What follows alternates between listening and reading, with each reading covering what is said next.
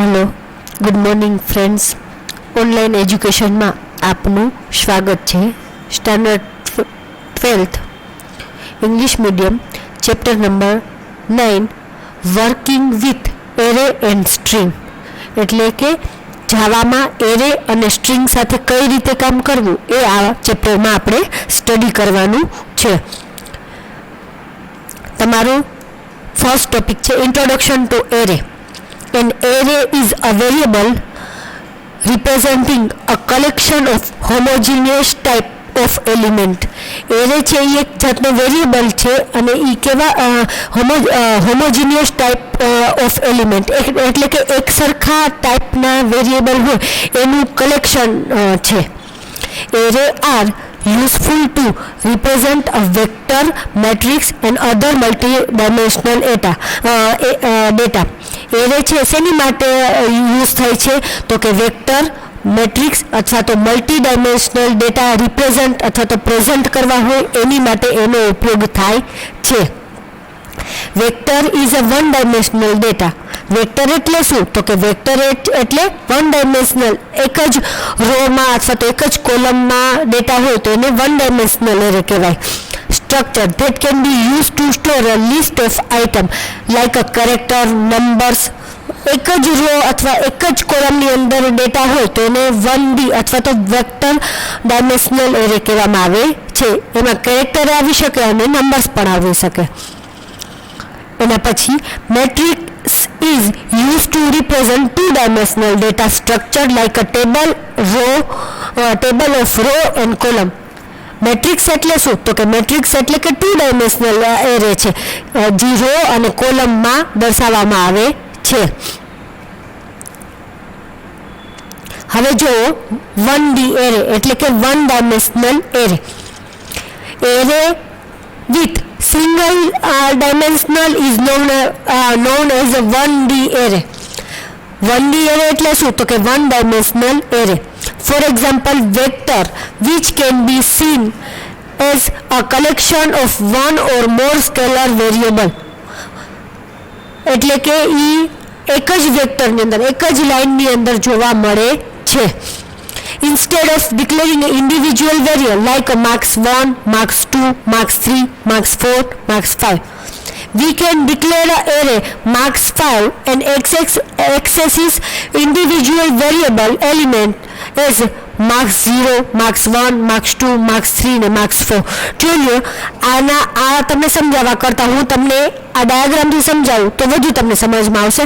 Integer marks અહીંયા એને કોઈ પણ વેલ્યુ સેટ કરી નથી એટલે આપણે આપણી મન વીસ પ્રમાણે આપણી ઈચ્છા પ્રમાણે આપણી જરૂરિયાત પ્રમાણે આપણે લઈ શકીએ.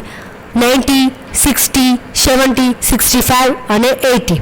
હવે માર્ક્સ 0 અહીંયા એરે ઓલવેઝ અને ઓલવેઝ 0 થી જ સ્ટાર્ટ થાય છે અને કમ્પ્લીટ n-1 માં થાય છે. અહીંયા કેટલા નંબર છે તો કે 1, 2, 3, 4 ને 5. તો કમ્પ્લીટ ક્યાં થાય તો કે 4. બરાબર. સ્ટાર્ટ ક્યાં થાય તો કે 0. માર્ક્સ 0 તો કે 90, માર્ક્સ 1 તો કે 60, માર્ક્સ 2 તો કે 70, માર્ક્સ 3 તો કે 65, માર્ક્સ 4 તો કે 80. આ એરે ઇન્ડેક્સ કહેવાય. 0, 1, 2, 3, 4, 5 આ એલિમેન્ટ રેફરન્સ કહેવાશે અને આ એની વેલ્યુ છે. હવે જોઈ લો તમારો તમને એક્ઝામ્પલ સમજાવું. Class array 1 public static void main integer marks is equals to new integer. આ છે એરે ડિક્લેર આવી રીતે થાય છે.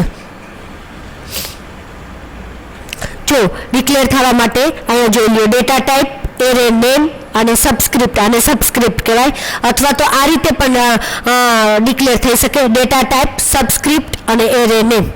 અને એનું એક્ઝામ્પલ જોઈ લો. ઇન્ટીજર માર્ક્સ અથવા તો marks is equals to new integer 5.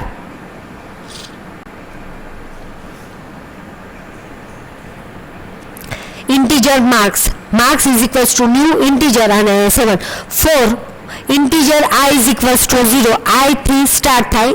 i less than 7 i++ system.out.println marks i is marks, તો માર્ક્સ અહીંયા જે સબસ્ક્રિપ્ટમાં આપેલું છે આઈની વેલ્યુ કેટલી છે તો કે 0, અહીંયા 0 પ્રિન્ટ થશે ઇઝ. પછી માર્ક્સ અહીંયા આઈની વેલ્યુ આ જે છે ને એ તમારે અહીંયા જોવા જશે, શું થશે તો કે 0. પછી ઉપર જશે માર્ક્સ 1ની, તો ન્યાય માર્ક્સ આઈની જ વેલ્યુ, આઈ એટલે કે શું થશે તો કે 1, બરોબર, એની વેલ્યુ. તો એમાં 0 ને 0 છે એટલે બધી જગ્યાએ 0 જ પ્રિન્ટ થશે. અને પછી છેલ્લે એક્ઝિટ કોડ 0. હવે 2D એરે એટલે કે 2 ડાયમેન્શનલ એરે. 2 ડાયમેન્શનલ એટલે કે 2D array are use to store tabular data in form of rows and column. Rows અને કોલમમાં એ ટેબ્યુલર ડેટા તરીકે સ્ટોર કરે છે. For example, to store 5 student marks in 3 test. 3 ટેસ્ટના માર્ક્સ 5 સ્ટુડન્ટ્સ નાખવાના છે. તો આ પેલો સ્ટુડન્ટ છે, બરોબર, એના ટેસ્ટ 1, ટેસ્ટ 2 ને ટેસ્ટ 3 ના. આ બીજો સ્ટુડન્ટ, આ ત્રીજો સ્ટુડન્ટ, આ ચોથો સ્ટુડન્ટ, આ પાંચમો સ્ટુડન્ટ. તો આમાં રો અને કોલમની જરૂરત પડે. રો અને કોલમની જ્યાં જરૂરત પડતી હોય ત્યાં 2 ડાયમેન્શનલ એરેનો ઉપયોગ થાય છે અને એને મેટ્રિક્સ કહેવામાં આવે છે. મેટ્રિક્સ એટલે શું તો કે મેટ્રિક્સ એટલે રો અને કોલમનું બનેલું હોય તો એને મેટ્રિક્સ કહેવાય. હવે આ એની ડાયાગ્રામ જોઈ લો. માર્ક્સ 0, માર્ક્સ 1, માર્ક્સ 2, માર્ક્સ 3 ને માર્ક્સ 4 આ સ્ટુડન્ટ્સ આપેલા છે. અને આ રો અને આ કોલમ એટલે અહીંયા આ એની ટેસ્ટ આપેલી છે, ટેસ્ટ 1, ટેસ્ટ 2 અને ટેસ્ટ 3. પહેલા રો આવે પછી કોલમ આવે. 0, 0, બરાબર, 0, 0 હોય અહીંયા 0, 0 હોય તો 50, 0, 1 તો કે 60, 0, 2 તો કે 70. પછી એવી જ રીતે 1, 0, 1, 1, 1, 2, 1, 2, 0, 2, 1, 2, 2. એવી રીતે 3 અને 4. અને મેં તમને કીધું હતું એ રીતના n-1 એટલે એક્ઝિટ ક્યાંથી થાય તો કે એનો એન્ડ પોઈન્ટ કયો તો કે n-1 અને સ્ટાર્ટિંગ તો કે 0 થી.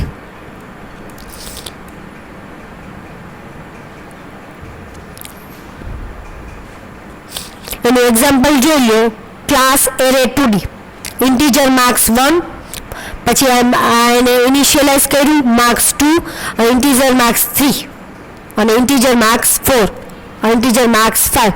હવે system.out.println 2D marks array marks display કરવાનું છે અહીંયા 1, 5 અને 3, બરોબર. તો અહીંયા પછી ડિસ્પ્લે છે તો અહીંયા ડિસ્પ્લેની મેથડમાં જશે અને પછી અહીંયા પાછી આપણી લૂપ ચાલશે. Integer i is equals to 0, i less than rows, i plus plus એની અંદર પછી j is equals to 0, j less than column. પહેલાં રોઝ હશે ને પછી કોલમ્સ હશે, j પ્લસ પ્લસ. તો રોઝ કેટલી છે આપણી પાસે? આમ 5 હતી, 1, 2, 3, 4 ને 5, બરોબર.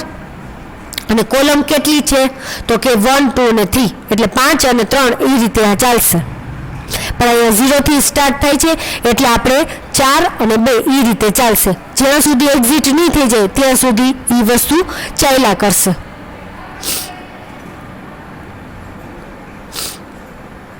હવે એના પછી છે string class. String is nothing but a sequence of character. String બીજું કાંઈ નથી, શું છે તો કે સિક્વન્સ ઓફ કેરેક્ટર એટલે કે એક કરતાં વધુ કેરેક્ટરનો સમૂહ છે. So 1D array of character can be considered as a string.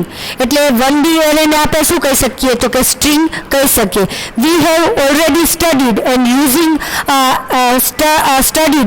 Used string literals where a sequence of character is enclosed between a double quotes. અને એ શેનાથી એન્ક્લોઝડ થાય છે તો કે ડબલ કોટ્સથી એન્ક્લોઝ થાય છે. જોઈ લો. String 1 public static void main string 1.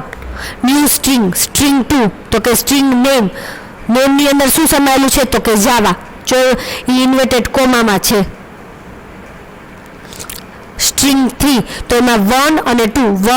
1 પેલો કેરેક્ટર કયો છે તો કે આ 0 થી સ્ટાર્ટ થાય એટલે 0, અહીંયા 1 અને 2 તો 1 અને 2 તો કે a અને v અહીંયા છે. પછી સ્ટ્રિંગ 3 આખી એમને પ્રિન્ટ કરી દેવાની છે. સ્ટ્રિંગ 3 છે એ કઈ છે સ્ટ્રિંગ 3 તો કે a વીજ, બરાબર. પછી અહીંયા સ્ટ્રિંગ 5 છે તો કે જાવા, તો અહીંયા 5 જાવા, અને આ બધું ડિસ્પ્લે કરે છે. હવે તમારે સ્ટ્રિંગ ક્લાસ મેથડ એની કોઈ રિક્વાયરમેન્ટ છે નહીં. એના પછી આવે છે ડેટ ક્લાસ, એની એ કોઈ રિક્વાયરમેન્ટ નથી. કેરેક્ટર ક્લાસ, કેલેન્ડર ક્લાસ, એની એ કોઈ રિક્વાયરમેન્ટ નથી. તો તમારું ચેપ્ટર અહીંયા કમ્પ્લીટ થાય છે. હવે તમારે MCQs જોઈ લો. ફર્સ્ટમાં આવશે which of the following refer to the starting index value in array? તો પહેલામાં આવશે 0. 0 થી સ્ટાર્ટ થાય છે. Second one, what is the size of second dimension in an array cells 5 અને 12? તો સેકન્ડ ડાયમેન્શનમાં શું આવે તો કે column 12. What is the expression cells dot length return for an array cells? તો અહીંયા આવશે 60. આ બેનો મલ્ટિપ્લિકેશન થઈ જશે, એની લેન્થ છે એટલા માટે. એની લેન્થ નક્કી કરવી હોય તો કેટલી તો કે 12/5,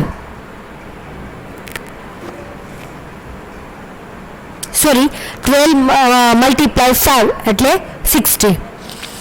When an array cells 5 12 is declared without specifying initial value, what is the initial value of the cells? Initial value કઈ હોઈ શકે? આપણે initial value ન આપી હોય તો કે 0 0. What does length refer to for an object of a string class? તો કે method. If str is object of a string class and its content thank God, then what is the value of str dot length? તો કે 9. Thank God. 1 2 3 4 5 6 7 8 અને 9. What type of value is returned when we use get method of a calendar class with constant day of week? તો કે integer. Everybody, તમારો અહીંયા 9 chapter છે એ complete થાય છે. હવે આપણે નેક્સ્ટ ચેપ્ટરમાં જોશું 13 ચેપ્ટર. Thank you.